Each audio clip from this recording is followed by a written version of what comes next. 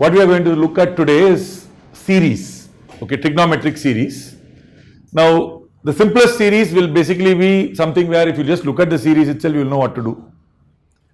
Slightly more complex ones, you will have to look for a trick. So, we will see both of these, okay. The first one we will try out is this fellow, which is sine theta by 2 sine 3 theta by 2 plus sine theta by 4 sine 3 theta by 4 plus sine theta by 8 sine 3 theta by 8 and so on, all the way to infinity, right? What I am going to do is I will first stop at sine. See, whenever you have an infinite series, sometimes it's good to just take it all the way to infinity, and sometimes it's actually good to go up to n. The formal way is always to go up to nth term, find the sum to n terms, and then take the limit as n becomes infinity. Safe, always a safe idea. Sometimes it's too much of a hassle to worry about what happens to the last term. Okay, so let me write this as theta by, this to all the way to infinity is what we want here, right? So we can assume all the way up to infinity, but this is 2 to the power of 1, 2 to the power of 2, 2 to the power of 3. So this is 2 to the power of n sine 3 theta by 2 to the power of n. So I'm going to call this Sn, sum to n terms. Okay, and you know that if you have something like this sine, you should write it as cos of a minus b minus cos of a plus b. So if I want to do that, first I must have a 2, right? So multiply this whole thing by 2. Okay, and so what is this going to give me? Cos of difference. What is the cos of the difference? 2 sine a sine b is cos a minus b. So 3 theta by minus theta is 2 theta by 2, which is just cos theta, minus cos of the difference, which is 4 theta by 2, which is cos 2 theta, right? And then this one is going to give me cos of the difference. The cos of difference is going to give us how much? So the cos of the difference, so that's going to be theta by 2, right? Because it is 3 minus 1, so that is going to give us 2 theta by 2. So that is going to give us cos theta by 2 minus cos sum. Sum is going to be 4 theta by theta. So this is going to give us cos theta. And then the next one is going to give me cos of difference. So cos of difference is basically 2 theta divided by 8. So this is theta by 4 minus cos theta by 2. You can see that that's going to get cancelled, but basic idea is still the same. So we'll continue like that. And the last one is going to give us cos of theta by 2 to the power of n minus 1 minus cos of theta by 2 to the power of n. Sorry, plus, correct, n minus 2. Okay, so if we see how these things are going to get cancelled, this is going to get cancelled with that one, right? And then this is going to get cancelled with that one. This will get cancelled with the next term. So basically the next term, if I had seen here, this would have been cos, what should have been the next one? This was theta by 2 minus cos of theta. This is theta by 4, so this would have been theta by 8 minus cos of theta by 4, and so this would have got cancelled with that. So everything intermediate would have got cancelled out, and so what will we be left with? The first term here, I mean the second term basically, and then this will be the one that will get cancelled. That means you will be left with this term. This will get cancelled, right? So that means the answer is this term minus this term. So that is cos of theta by 2 power n minus 1 minus cos of 2 theta. Now this is 2 times Sn. Our question is what happens when n becomes infinity. So if n becomes infinity, this basically goes to infinity. When this goes to infinity, 2 to the power of infinity, well, that's infinity, right? So theta by infinity is 0. So this cos 0 is 1. So this is going to tend to, so I should just say tends to 1 minus cos 2 theta. Okay, so that means S infinity is 1 minus cos 2 theta by 2, which is 2 sine square theta by 2 or sine square theta. So that means this expression sine theta by 2, sine 3 theta by 2, sine theta by 4, sine 3 theta by 4, etc., all the way to infinity is just simply sine square theta. This idea is basically the idea of telescopic sum. You have seen this kind of sums earlier, right? For example, if I had 1 by 2 into, let's say 1 into 2, plus 1 by 2 into 3, plus 1 by 3 into 4, and so on. You will write this as 1 by 1 minus 1 by 2, plus 1 by 2 minus 1 by 3, plus 1 by 3 minus 1 by 4, 1 by 4 minus 1 by 5, and so on. And then you say that this will cancel with that one, this will cancel with that one, this will cancel with that one, etc. The last term, of course, is 0. So therefore, this answer is equal to 1. You have seen this before, right? So this idea of telescopic sum, well, it's not really a telescope, it's more like a compression, but basically think of it as these things getting cancelled. It's generally called telescopic sum. Okay, so telescopic sum is a very, very useful trick for solving lots of trigonometry series problems. Okay, this one is a very straightforward one. So if you look at this one, what has happened?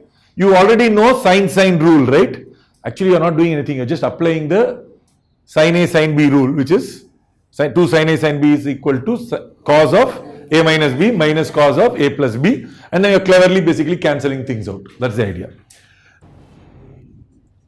And some of these questions will be up to n, some of these questions will be up to infinity. Everything you can solve always till up to n. If it's a solvable question, you can solve up to n. Some questions you cannot go up to infinity because the series may not converge. So suppose I have 1 minus 1 plus 1 minus 1 plus 1 minus 1. What is the sum to infinity? You can't answer. Because if it was even terms, then it's going to be 0. Odd terms, it's going to be 1. So that means you can't find the answer to this to infinity. So, but you can find the answer to n.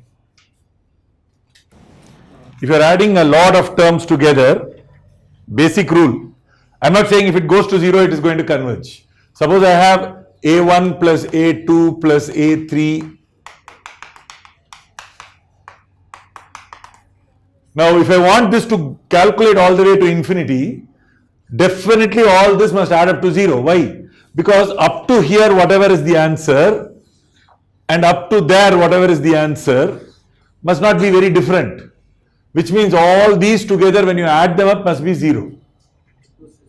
Okay, so each individual term, next one term and next term must definitely be 0. So an must go to 0 for series to converge.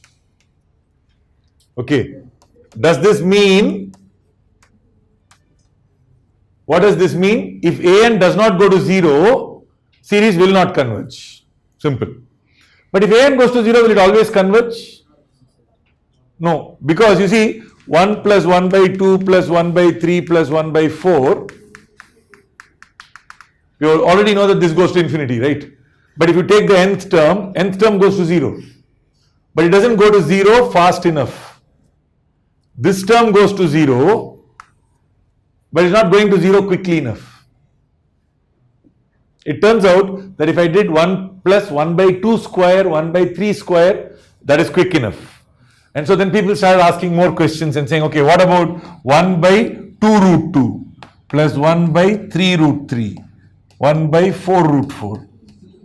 This goes to, this converges. Because this is going to 0 faster than this is going to 0. Okay, so then what about if I made this even smaller? It turns out if you had 1 by n to the power of 1 plus anything, delta. This sum is, this going to 0 is fast enough for this to basically end up with a finite value. Delta is however small you want, positive delta. You can tell me what the value is. No, you can't make it 0. You can make it as small as you please now, but you may have to make a decision. Suppose you say, I would like this to be 0.00000 followed by some 25 zeros, 1, and that's it, fixed, right? You can't keep changing it as you are moving along. It cannot vary with n. It has to be fixed. But any fixed positive value is good enough. But it has to be positive, not 0. You can make it however small.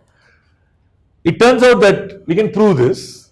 So that means all of these are finite, but this is infinite. So this doesn't converge. So while the value of the number definitely goes to 0, the overall sum does not go to 0. So this is a necessary condition. Necessity, okay, necessary condition. I am assuming you know what the difference is between necessary and sufficient, right? If it is necessary, that means if this does not happen, the series won't converge. But is it sufficient? Unfortunately, no. To be sufficient, you have to have this, it has to converge, but it has to go to 0 very quickly, as quickly as you can. The quicker it goes, the more quickly it will converge. For it to converge, this thing must go to 0 quickly enough. Now that quickly enough I have not defined. This is one example of a quickly enough. This is not quickly enough. This is quick, good enough. It's interesting that you can do n to the power of 1.0001 and that converges. 0.00001 converges. 1 by n does not converge. Okay. We will later, when we learn a little bit more integration, we will apply some of those rules to actually prove this will converge, this will not converge, etc. It's actually just one step proof if you look at it graphically. Okay. For example, sigma 1 by root n, what do you think about this? It will definitely go to infinity. There is no question. What about 1 by n to the power of 1 minus delta? Where delta is a positive number. Won't converge. What about sigma 1 by n? Won't converge. What about sigma n? Of course won't converge. That doesn't even satisfy necessary condition. But that's a different story. This Ramanujan's idea that 1 plus 2 plus 3 all the way to infinity is minus 1 by 12. Okay, that's a very different way of thinking about infinite series. So the question therefore comes up saying, what is an infinite series? What do you mean by infinite series? Here we have one very simple definition. That's the only definition we are going to use in the 11th and 12th standard. And the definition is, you take Sn, that is some partial sums to n terms, and take the limit when n goes to infinity. If this has a limit, that's the answer. This we will call sum to infinity. But this is a definition, no? Because when you're saying let's add infinite numbers, it's very weird how to add infinite numbers. For example, while this is not going to converge, it turns out that this will. 1 by 2 minus 1 by 3. Okay, let me start with 1. 1 minus 1 by 2 plus 1 by 3 minus 1 by 4 plus 1 by 5. This turns out to converge. In fact, we even know its value, it turns out to be ln 2. Logarithm to base e, 2. Let me just think. I think so. Yeah. It is ln 2.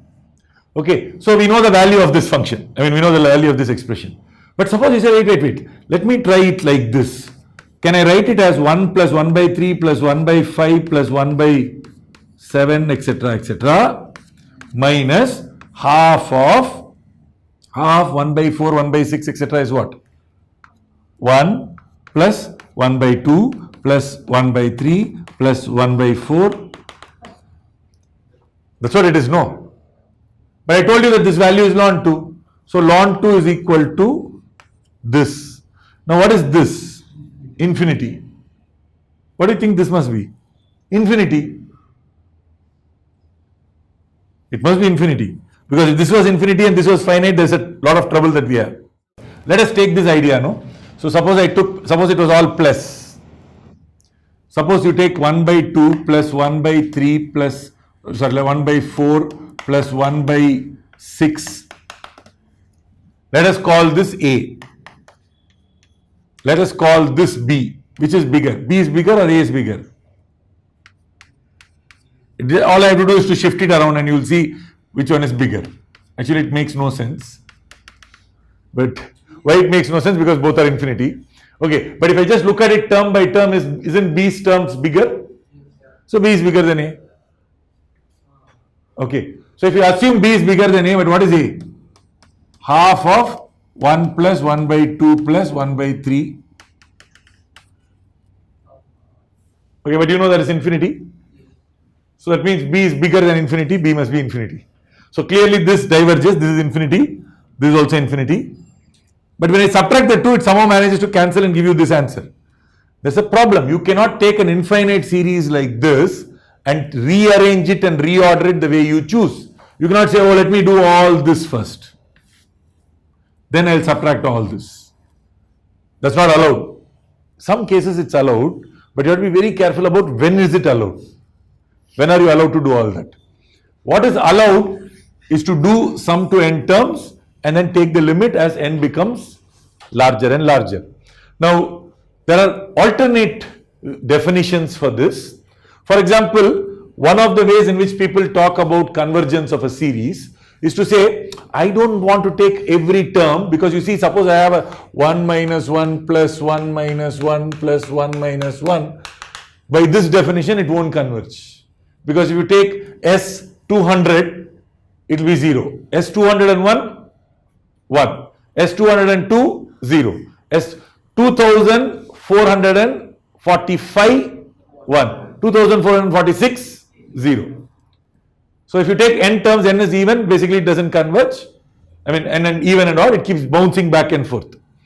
But suppose you say, no, I don't like this, I'll take limit S2n. That means my sequence itself is now written like this. If I always only bundle it like that, then what is my answer? 0. Okay. But can I call this the series? Well, it depends on what your series is. If your series is 1 minus 1 plus 1 minus 1 plus minus 1 and so on, then it's not equal to this. But if I say, let me regroup the series, this is a new series. It looks like the old one. But when series do not converge, when a series does not converge, at that point, your definition has broken down. Because the definition of the sum is this, right? So you have to come up with a new definition. You say, let me look at different grouping and try to call that the sum. Okay. There are multiple kinds of such sums. And for example, if you took this itself, one could say, let us take this bundling, let us take this bundling. Okay, so I will only take every third bundling like that. Will it converge or not converge? That's for us to think about and figure out at that point. But clearly 1 plus 1 by 2 plus 1 by 3 plus 1 by 4 does not converge, right? Doesn't converge. But sometimes when you have a plus minus, and even if it doesn't converge, you can try out something else. So suppose I tried 1 minus 1 plus 1 minus 1 plus 1 minus 1. You can say, let me take n terms. Clearly it doesn't converge because Sn can be 0 or Sn can be 0 or Sn can be 1. What I'm going to do though is I'm going to say, let me create a S bar n, which is the average of all the n terms. That is, I will do S1 plus S2 plus Sn by n. What do you think this will become? This will slowly converge towards 1 by 2.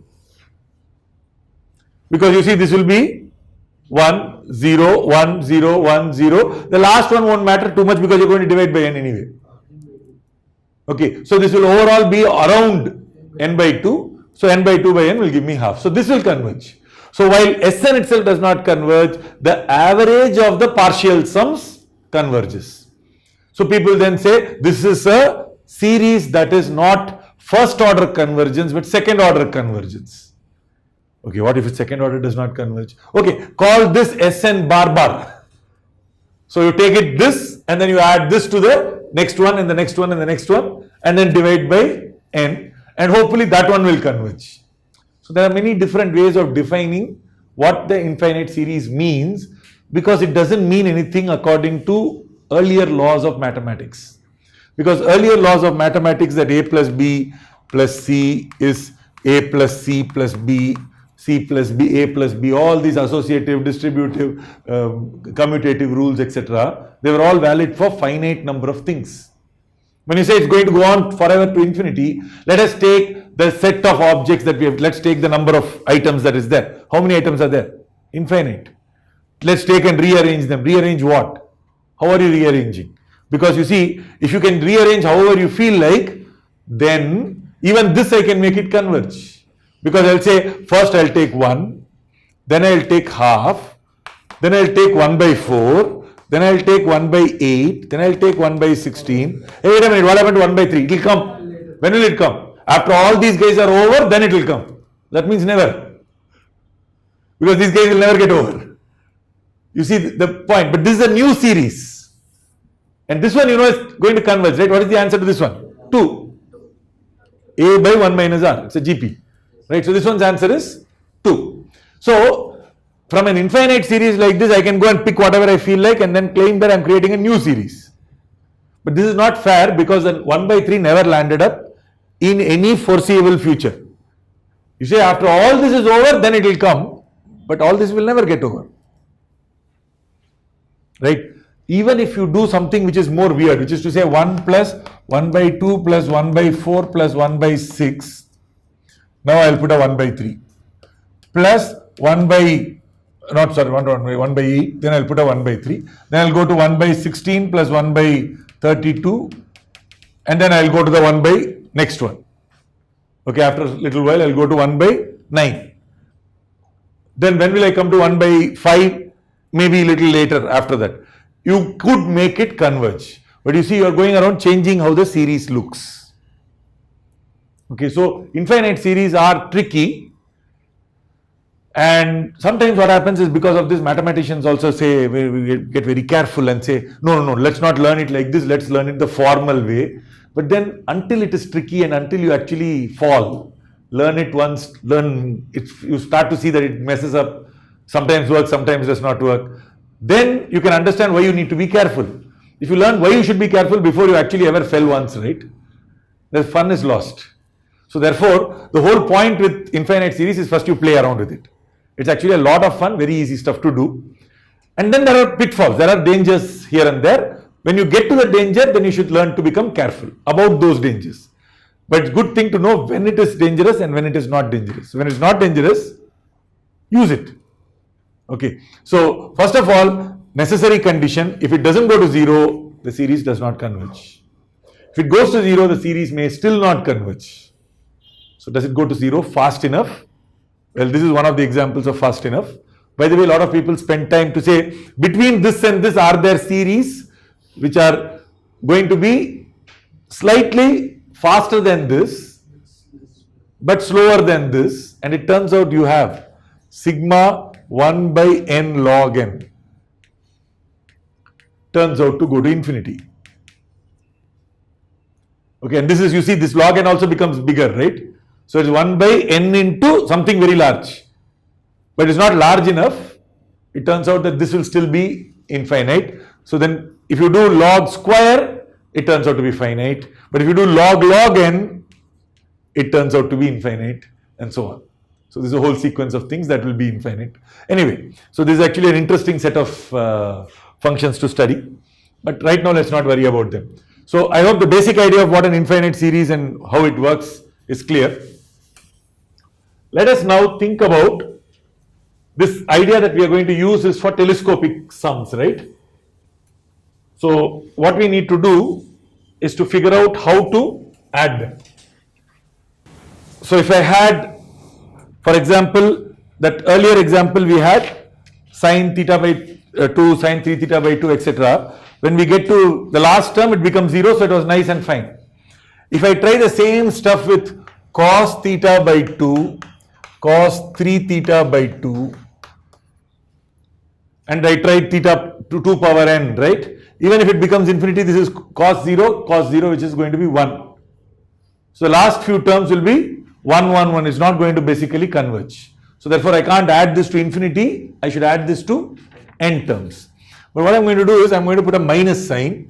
Cos theta by 4 cos 3 theta by 4 plus cos theta by 8 cos 3 theta by 8. This is minus and so on. So let us say up to cos theta by 2 to the power of n cos 3 theta by 2 to the power of n. Will it work?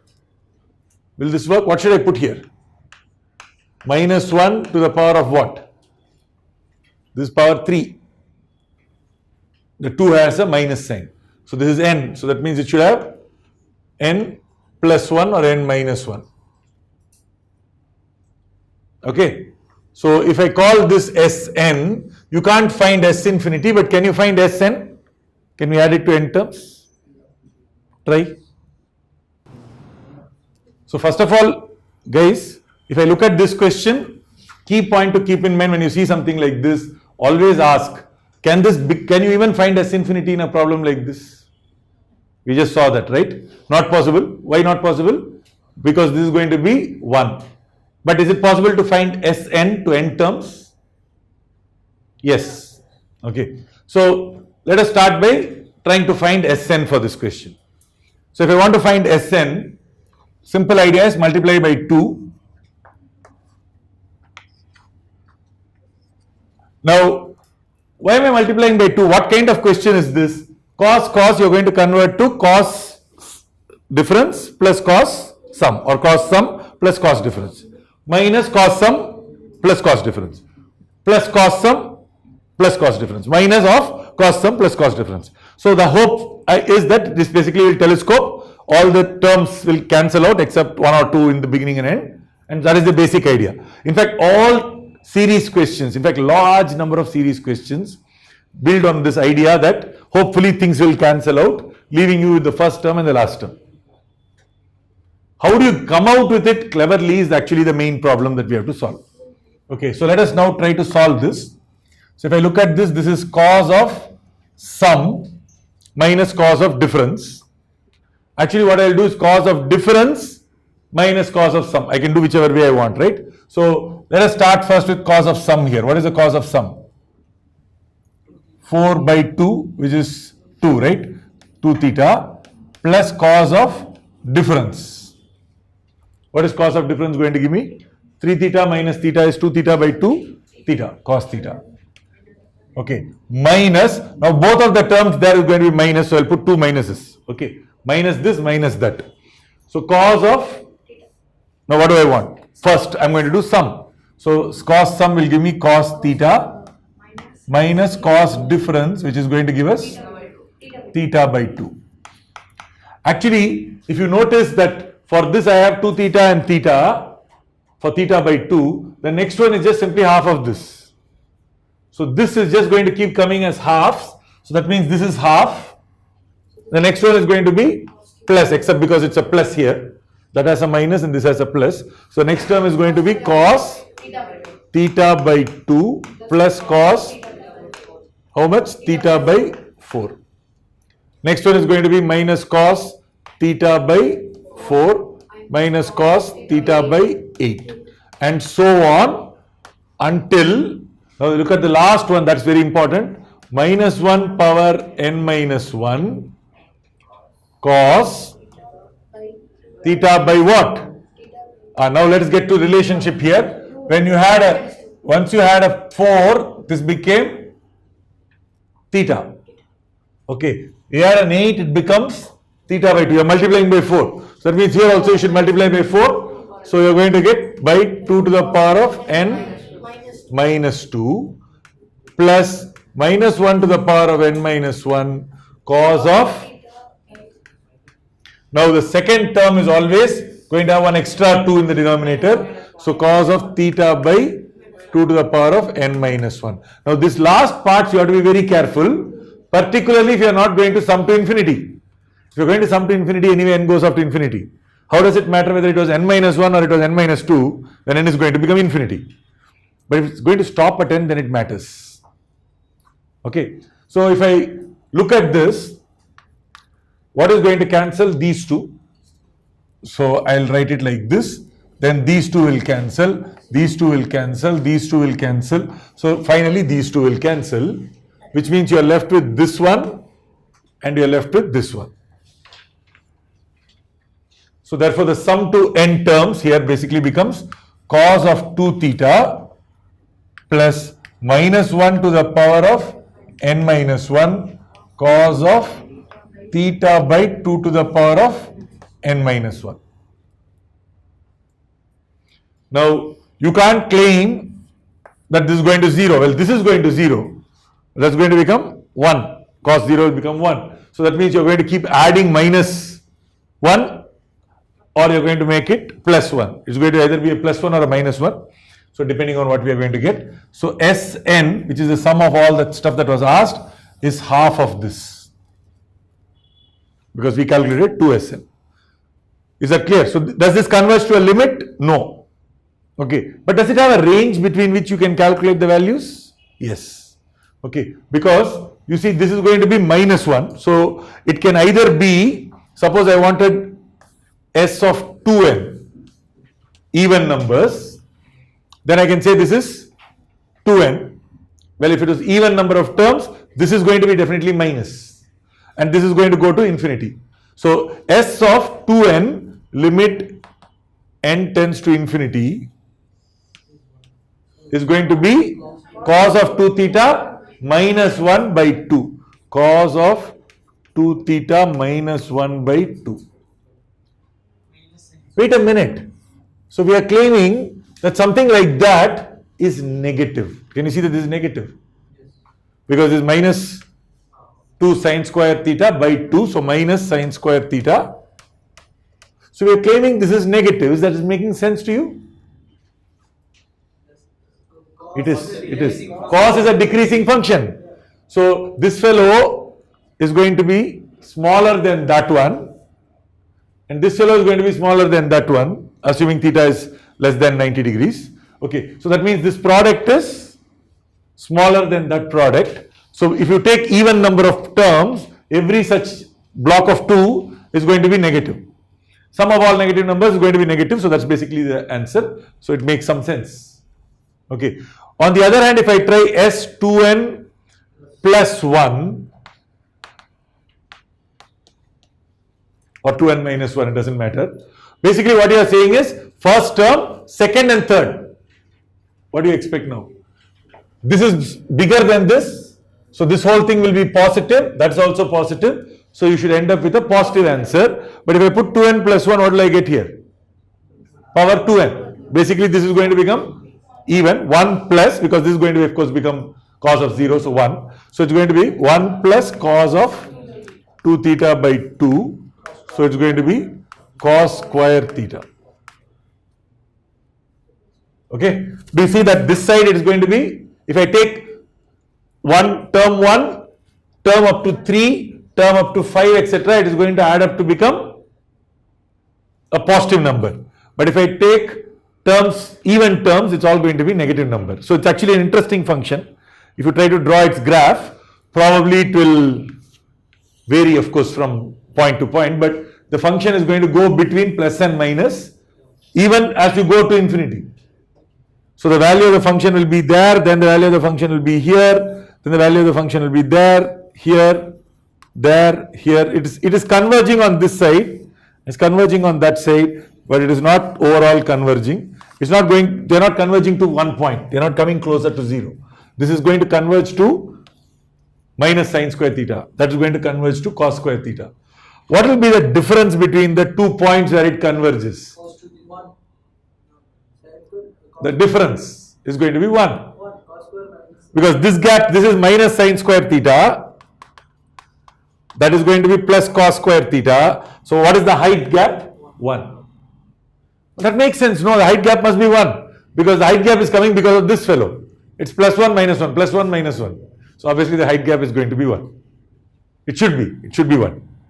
Okay. By the way, these kinds of points where it does not converge but where it keeps going back again and again and again. When you move with the function, as a function, as you keep going on with a function, there will be certain points where it keeps coming back very close to cos square again and again and again, very close to minus sine square theta again and again and again. These fellows are called accumulation points. Do you understand the idea of what this means? This is a point where a lot of values are accumulating. So if I think of a point here, the function is coming very close to this thing, then going off. Then after them sometimes comes very close to this and goes off. And then comes very close to this and then goes off. So that means it is accumulating around this point. It may not reach this exact value, but it will get closer and closer to that value. But the entire function is not always limited to that side. So if it was always inside this, we will call this function bounded there. So basically the function's values are all kind of not just accumulating, they never cross out a limit. And then they slowly become closer and closer. Then we say that the function has a limit there. But sometimes functions may not have a limit. They may keep jumping out. But then this is like one of its limits. Like if you take a part of the function, like we take only the 2n terms and only the 2n plus 1 terms, that is, we take out all the even and odd, all the even ones are going to converge in some sense at sine square. All the odd ones are going to converge at, minus sine square, and all of odd ones are going to converge at cos square. This is just an idea. This is a much more advanced idea of accumulation points. You don't even have it in your calculus. Okay, but it's a good idea to think about functions. So there are certain words which are very powerful. So as you're moving in this function, as you move from point to point on x, the function seems to keep going back to certain areas. It may not reach that point, but it's getting closer and closer to that point. It's an interesting way to think about a function. So that means this is the accumulation point. It is going to get very close to cos square theta many times. It's going to get to minus sine square theta many times as you keep going. So will it permanently be near sine square theta? No, minus sine square theta. After that it will jump to cos square, then it will come back to sine square. But it's basically two accumulation points that this fellow has.